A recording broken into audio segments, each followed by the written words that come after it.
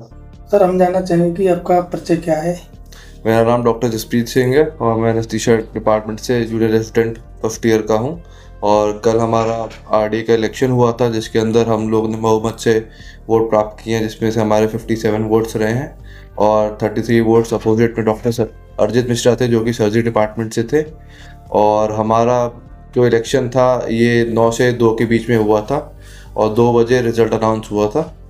और हमारा जो बेसिक मोटो रहा है इस चीज़ के लिए यही रहा है कि बुंदेलखंड की जो जनता है की सेवा करना है।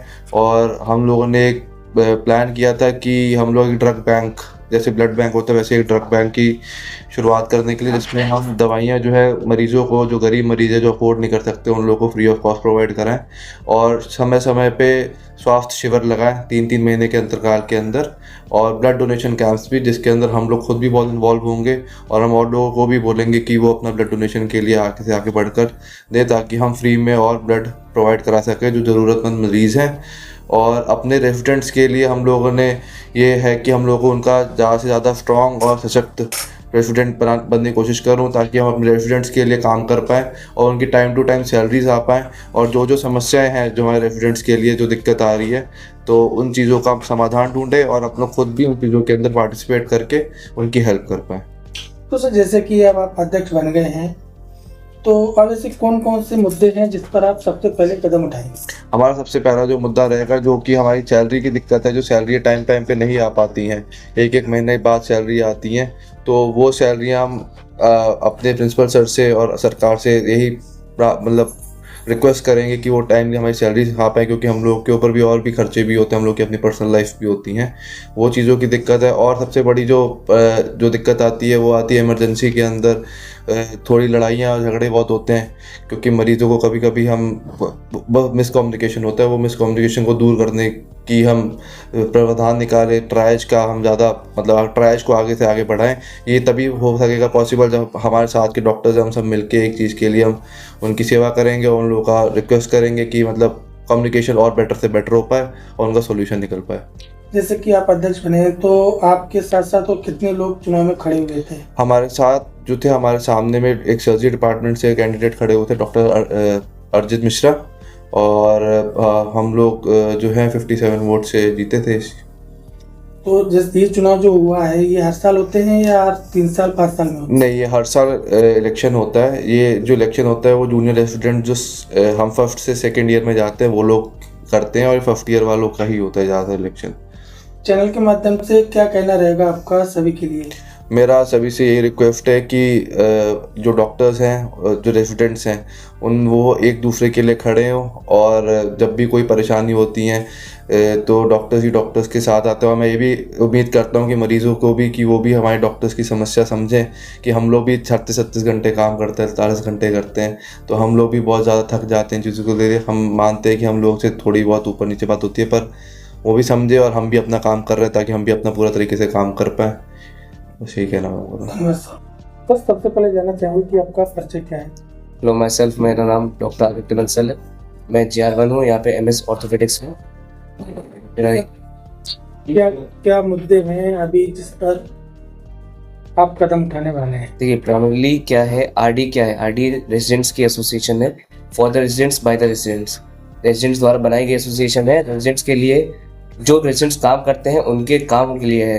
रेजिडेंट्स काम करते हैं मेनली आपके OPD इमरजेंसी, तो वहाँ की प्रॉब्लम्स को सॉल्व करने के लिए उसके जरिया बनता है, कम्युनिकेशन गैप बनता है रेजिडेंट्स का, और जो आपके पेशेंट्स हैं उनके बीच का गैप फिल करता है RDA। हमारा काम मेन क्या है कि हम इन दोनों की गैप को फिल करें। जो दिक्कत पेशेंट्स की है, जो दिक्कत रेजिडेंट्स की है, वो एक दूसरे को समझाएं।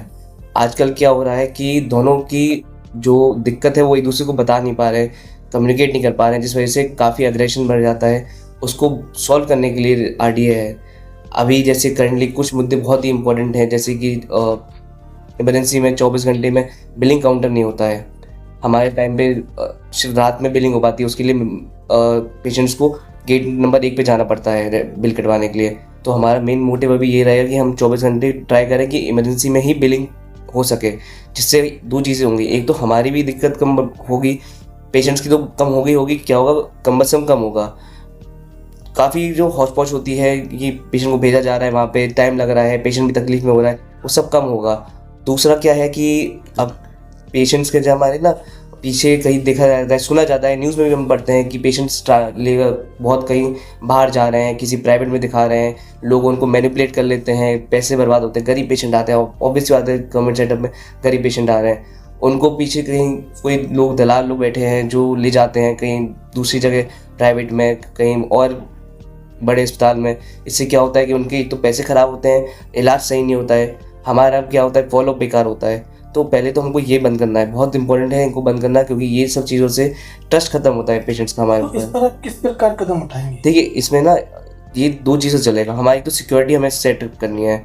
सिक्योरिटी सेट होगी तो पता चलेगा कि हमारा क्या कहते हैं कहाँ पे पेशेंट हमारा लीक कहाँ से हो रहा है, कौन आ रहा है जा रहा है, इसका फॉलो रखना पड़ेगा। कौन यहाँ पे रेगुलर में हमें चेक करना पड़ेगा। सीसीटीवीज बढ़ाने वाले हैं हम, पूरे कॉलेज में सीसीटीवी बढ़ाएंगे, लाइटिंग बढ़ाएंगे। ये लोग क्या है कि हमारे बीच में ही रहते हैं, आप उनको देखते हैं, बार बार देख रहे होंगे उनको, तो वो फॉलो करेंगे उनको। दूसरा हमारा ट्रस्ट बिल्ड करना है हमें पेशेंट्स के, तो क्यों वो हमारे पास ना रहे, दूसरी तरफ जाएगा, क्यों पैसा खर्च करेगा। तो ये चीज़ हमें कम्युनिकेशन बढ़ाना है, सिक्योरिटी बढ़ानी है। इसी तरीके से हमारे ये दलाली जो पेशेंट्स का प्राइवेट जाना वो कम होगा। जैसे इसके अलावा और भी मुद्दे बने रहते हैं अस्पताल में, आए दिन आप भी देखते हैं कि मरीजों के आरोप प्रत्यारोप बराबर होते रहते हैं।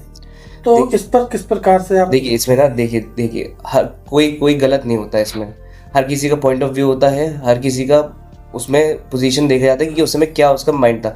पेशेंट आता है बहुत स्ट्रेस में रहता है, वो उसके मरीज बीमार होता है, वो बहुत ज़्यादा परेशान होता है। आपका रेजिडेंट जो होता है 48 घंटे काम कर रहा होता है बिना नींद के, 24 घंटे से ऊपर अगर किसी को बिना नींद के रख दिया जाए, आप उससे बात करके देखें वो चिड़चिड़ा जाता है। यही चीज़ यही कारण बनता है दो पक्ष के बीच में लड़ाई का। ये कोई हम बुराई नहीं करना चाहता है किसी की, हम बैठे हैं इलाज करने के लिए मरीजों के लिए, हमें क्या दिक्कत है, हमारा तो काम है इलाज करना। हम 24 घंटे 48 घंटे 72 घंटे हम काम करते हैं, क्यों करते हैं, इन्हीं के लिए करते हैं। क्या हमको कोई मिल रहा है ऊपर से, नहीं देगा। मरीज क्यों आता है हमारे पास, क्योंकि उसको भरोसा है कि सरकार ने किसी को रखा है यहाँ पे, तो कोई काम करने के लिए कोई भरोसेमंद आदमी को रखा हुआ। बस यही बात आ जाती है कि क्योंकि यहाँ पे दो लोगों के बीच में एक पॉइंट ऑफ टाइम पे ऐसा बात हो जाती है कि दोनों के स्ट्रेस बढ़ जाता है, कि लड़ाई बढ़ जाती है। दोनों में से कोई गलत नहीं होता उस समय, लेकिन यहाँ पे काम आता है आरडीए, जो आएगा आपका बात रखेगा, आपकी पेशेंट की तरफ बात रखेगा, पेशेंट की आप बैठेंगे, दो लोग दो पक्ष बैठेंगे, बात होगी, उस पर वार्तालाप होगी, तभी सॉल्व होगा। कोई लड़ाई से कभी कुछ चीज़ सॉल्व नहीं होती है, कोई लड़ाई से सॉल्व नहीं होगी, कोई हाथापाई नहीं होगी। इससे क्या होगा आपका, अब आप देख रहे हैं ठीक है कुछ चीज़ें तो आप कभी देखिए बंद, वायलेंस कहीं बंद नहीं हो पाया, वो होना भी चाहिए, वायलेंस बंद होना चाहिए, बिल्कुल होना चाहिए।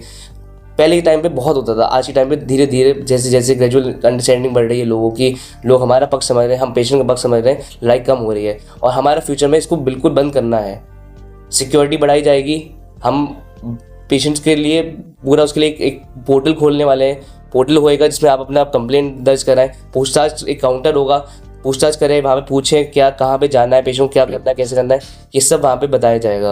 यानी कि अब कुल मिलाकर ये कहा जा सकता है कि मेडिकल कॉलेज की एक नई तस्वीर जनता को देखने को मिलेगी। बिल्कुल कोशिश करिए, हमारी पूरी रहेगी। आज के हमारे पहले पुराने जो आरडी रहे उन्होंने पूरा ट्राई किया, और उनकी मार्गदर्शन में हमारा पूरा कोशिश रहेगी कि हम जितना हो सके, जितना हमसे हो सके, हमारे प्रेसिडेंट साहब के नेतृत्व में बिल्कुल कोशिश रहेगी कि हम अच्छे से अच्छा काम करें, ताकि इसमें सबका हमारा भला हो, हमारा मरीज़ का सबका भला हो। धन्यवाद।